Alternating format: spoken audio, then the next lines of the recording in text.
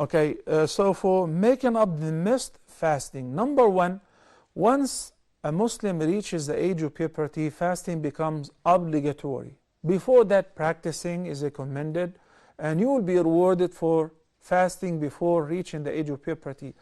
But once the person reaches the age of puberty, then fasting during the month of Ramadan becomes obligatory. Similarly is the prayers and so on.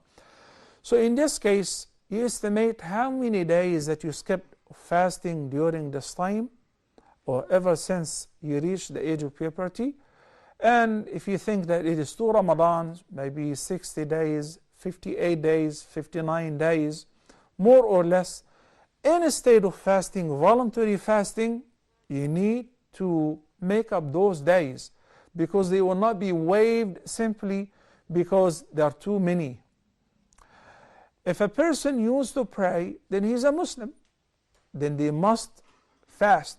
And if he skipped fasting, whether due to a concession or a legitimate reason, or out of negligence or out of laziness, those days must be made up.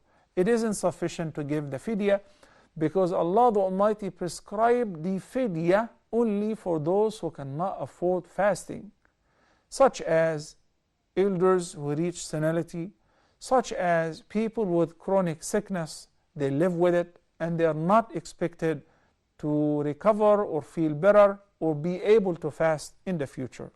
May Allah make it easy for you.